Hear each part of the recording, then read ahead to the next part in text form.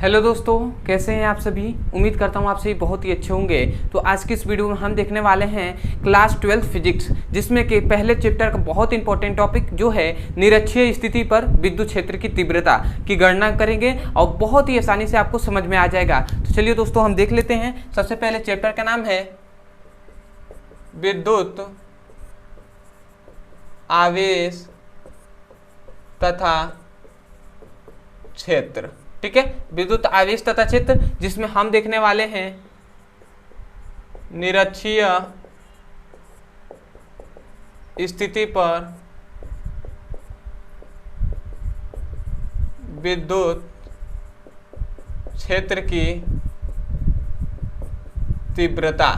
ठीक है, तो निरक्षीय स्थिति पर विद्युत क्षेत्र की तीव्रता की हम गणना करेंगे। इससे पहले मैं बता दूं कि इसका मतलब इसको और भी अगर इसका बड़ा सा अगर हेडिंग डाले तो हम ये कहेंगे कि विद्युत द्विध्रुव के कारण निरक्षीय स्थिति पर विद्युत क्षेत्र की तीव्रता, तो इसकी हम गणना करेंगे। तो सबसे पहले जो यहाँ पे फिगर बताया जाएगा उस फिगर को आप ध्यान से समझिएगा। यदि आप फिगर समझ गए तो आपको डेरिवेशन समझने में कोई दिक्कत नहीं होगी। ठीक है, तो फिगर को अच्छे से समझिएगा, क्योंकि ये जो फिगर आपको बताया जाएगा इसको आपको एक्सप्लेन करना होता है अपने शब्दों में।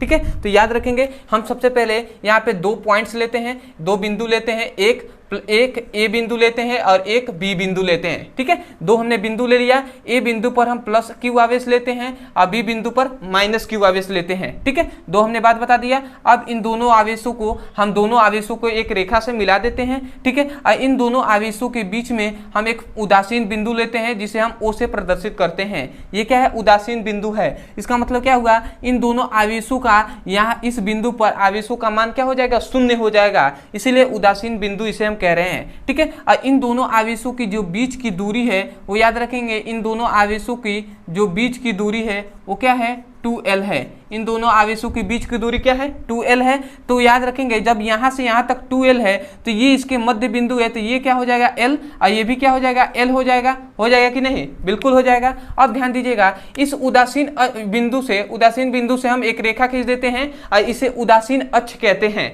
तो इस उदासीन अक्ष के किसी पॉइंट्स पे एक बिंदु जो है P है। ठीक है, और इस बिंदु पर हमें विद्युत क्षेत्र की तीव्रता की गणना करना है। परंतु याद रखेंगे ये बिंदु P है, ये एकांक धन आवेश है। यहाँ पे बिंदु P पर हमने एकांक धन आवेश लिया है। ठीक है, ये पॉइंट्स को आप याद रखेंगे। ठीक है, तो जब एकांक धन आवेश यहाँ पे है, ठीक है, तो ये भी धन आवेश है, तो ये आवेश इसको क्या करेगा? प्रतिकर्षित करेगा।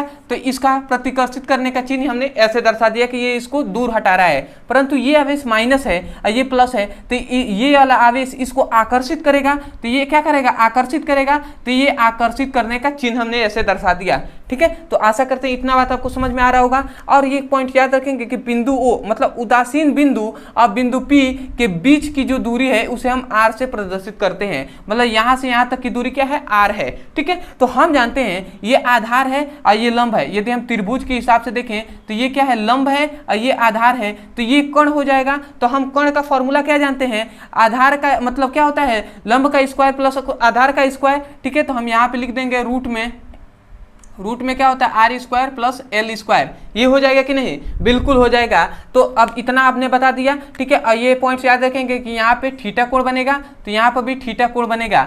जब ये दोनों एकांतर कोण थीटा है तो दो दूरस्थ कोण क्या है? एकांतर है, तो ये क्या हो जाएगा? 2 थीटा हो जाएगा। और इसी 2 थीटा पर हमें विद्युत क्षेत्र की तीव्रता की गणना करना है इसी बिंदु P पर। ठीक है, तो ये आपको बता दिया गया, ये फिगर आपको। तो एक बार और मैं बोल रहा हूँ, आप सीक्वेंस में समझिएगा। सबसे पहले हमने दो पॉइंट्स लिए हैं, ए बिंदु और बी बिंदु। ए पर हमने प्लस क्यू आवेश लिया है, बी बिंदु पर माइनस क्यू आवेश लिया है। और इन दोनों आवेशों के बीच की दूरी है वो क्या है? 2L है।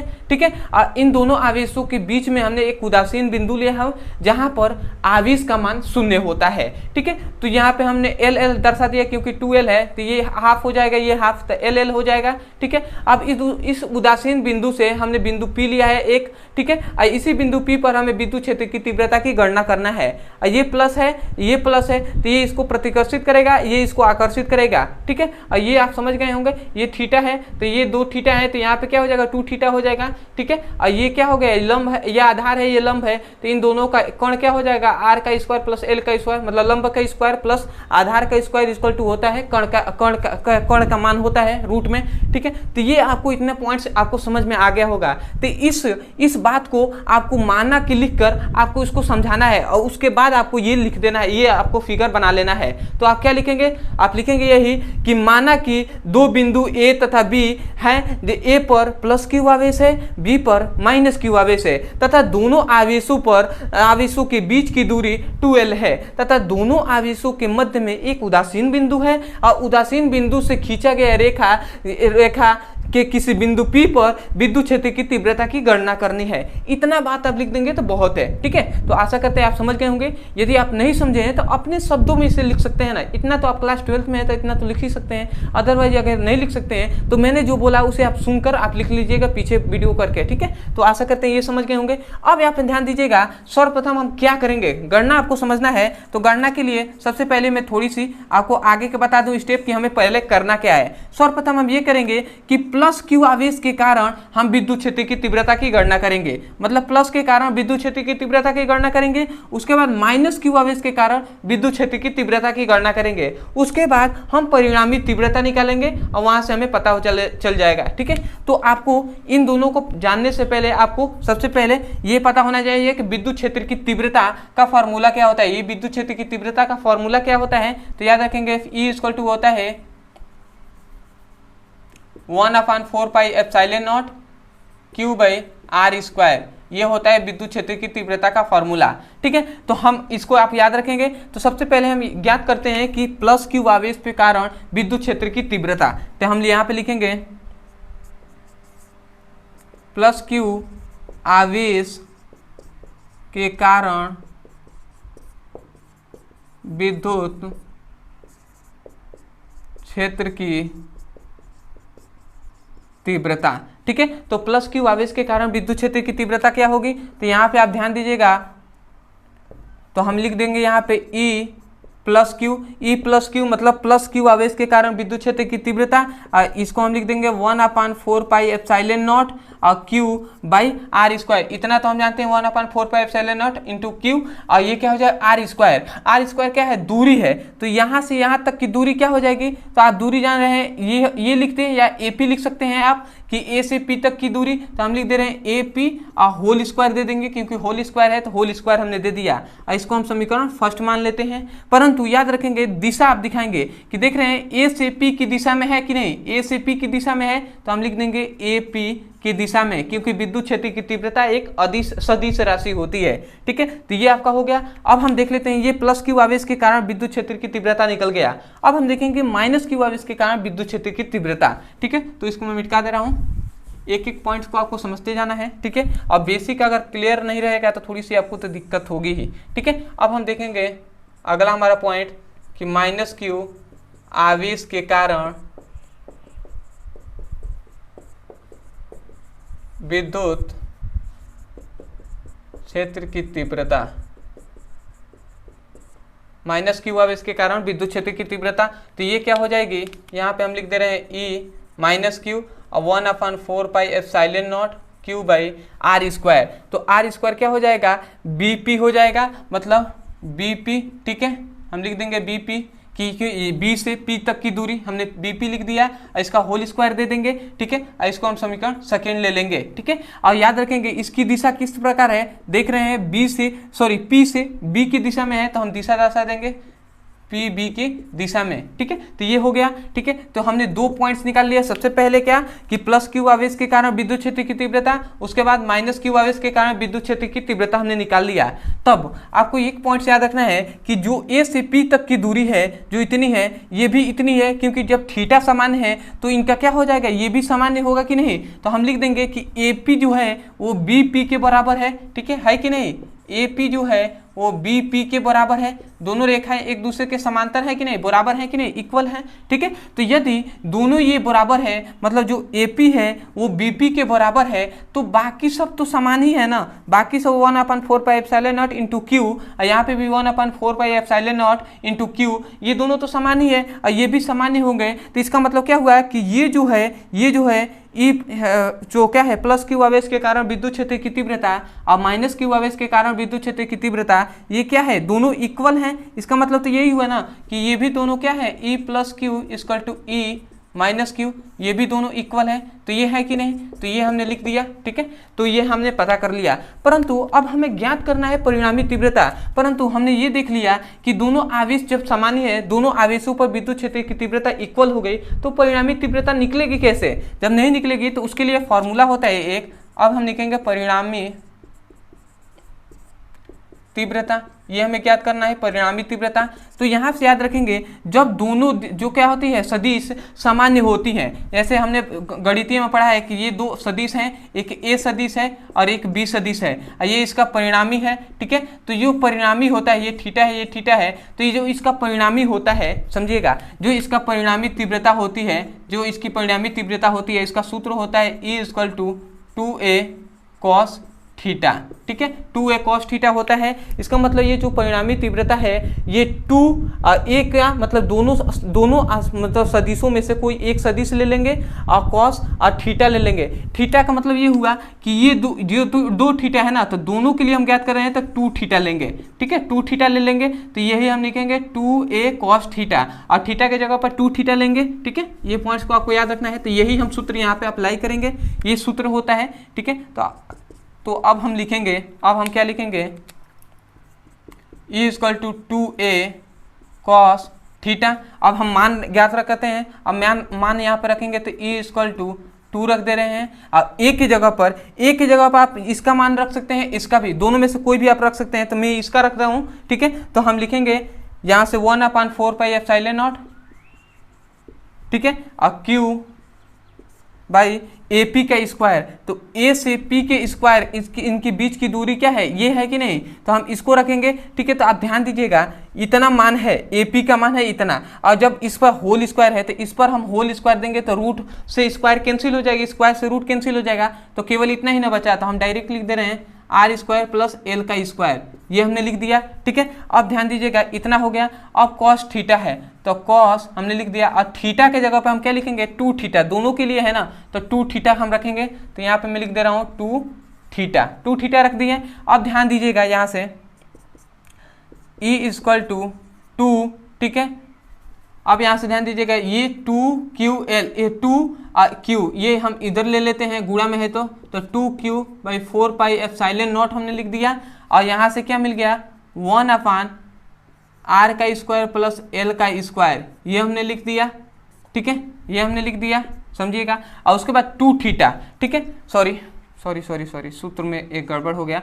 सूत्र ये होता है E = 2a cos θ/2, ये होता है cos θ/2, ये 2 होता है नीचे। ठीक है, तो हमने 2 देना भूल गया था, तो यहाँ पे क्या हो जाएगा, θ/2, तो 2 हो जाएगा। अब यहाँ से 2 से 2 कैंसिल हो जाएंगे, जब 2 से 2 कैंसिल हो जाएगा तो cos θ बचा ना, तो केवल यहाँ पे cos θ बच गया। ठीक है, तो इस पॉइंट को आपको याद रखना है। ठीक है, ये थोड़ी सी मिस्टेक हो गया।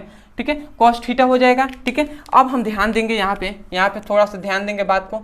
ठीक है, E = अब ध्यान दीजिएगा, यहाँ पे हमने क्या लिखा है, 2Q/4πε0। ठीक है, और यहाँ से हमने क्या मिला है, 1/r² + L², ये हमें मिल गया। ठीक है, अब ध्यान दीजिएगा, ये cos θ है। cos θ बराबर क्या होता है, आधार बटे कण होता है। cos θ बराबर क्या होता है, आधार बटे कण होता है कि नहीं, ये होता है। तो आधार क्या है, यहाँ पे L है, और कण क्या है, ये है। यहाँ से भी आप लेते हैं तो आधार क्या है, L है, ये कण है, तो कण का मान यही न है। तो हम लिखेंगे आधार क्या है, तो L है, तो हम लिख देंगे यहाँ पे L।